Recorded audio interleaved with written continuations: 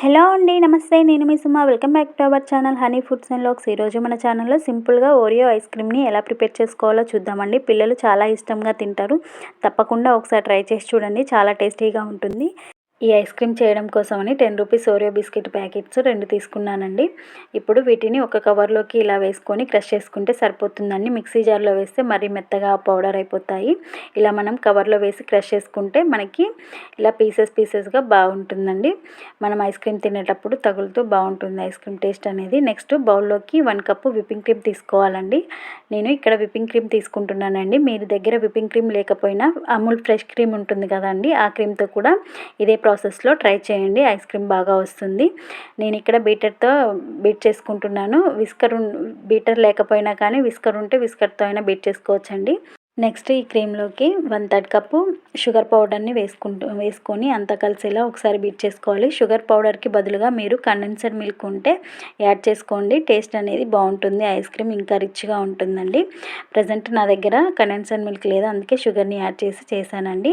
ఇప్పుడు మనం క్రష్ చేసి పెట్టుకున్న బిస్కెట్స్ అన్నీ కూడా ఈ క్రీమ్లోకి యాడ్ చేసుకొని అంతా ఇలా కలిసేలా మిక్స్ చేసుకోవాలి. ఇలా మిక్స్ చేసుకున్న తర్వాత 1 టీ స్పూన్ వెనిలా ఎసెన్స్ని యాడ్ చేసుకోవాలండి. ఫ్లేవర్ అనేది బాగుంటుంది.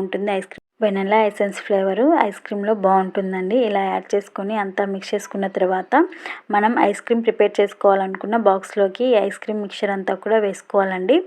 నేను ఇక్కడ నార్మల్గా ఇంట్లో ఐస్ క్రీమ్ బాక్స్ ఉంటే అందులోనే చేసేస్తున్నానండి.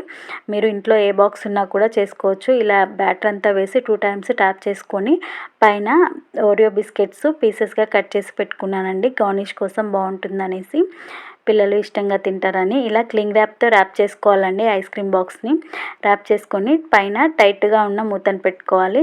మనం ఎప్పుడు ఐస్ క్రీమ్ ప్రిపేర్ చేసినా ఇలా ఎయిర్ టైట్ బాక్స్లోనే ప్రిపేర్ చేసుకోవాలి, బాగుంటుంది. క్లింగ్ ర్యాప్ వేయడం వల్ల లోపల ఐస్ క్రిస్టల్స్ అనేవి ఫామ్ అవ్వకుండా ఐస్ క్రీమ్ మనకి క్రీమీగా చాలా బాగా వస్తుందండి. క్లింగ్ ర్యాప్ వేసుకోండి, లేదా అల్యూమినియం ఫాయిల్ అయినా వేసి పెట్టండి. ఎయిర్ టైట్గా ఉండే బాక్స్లోనే ప్రిపేర్ చేసుకోండి ఐస్ క్రీమ్. ఓవర్ నైట్ కానీ లేదా 6 అవర్స్ కానీ డీప్ ఫ్రిడ్జ్లో హై టెంపరేచర్లో పెట్టుకొని ఫ్రిడ్జ్ని ఐస్ క్రీమ్ ప్రిపేర్ చేసుకుంటే మనకి చాలా బాగా పర్ఫెక్ట్గా ప్రిపేర్ అవుతుందండి. చూడండి ఎంత బాగా వచ్చిందో ఐస్ క్రీమ్. పిల్లలు ఈ ఐస్ క్రీమ్ని చాలా ఇష్టంగా తింటారండి. తప్పకుండా ఒకసారి ట్రై చేసి చూడండి. మన దగ్గర విప్పింగ్ క్రీమ్ లేకపోయినా అమూల్ ఫ్రెష్ క్రీమ్తో ఇదే స్ట్రక్చర్తో ఇలానే ప్రిపేర్ చేసుకోవచ్చండి ఐస్ క్రీమ్. ఓకే అండి, మీకు ఈ వీడియో నచ్చితే ప్లీజ్ లైక్ చేయండి, షేర్ చేయండి, సబ్స్క్రైబ్ చేసుకోండి. ఓకే అండి, థ్యాంక్ యూ ఫర్ వాచింగ్.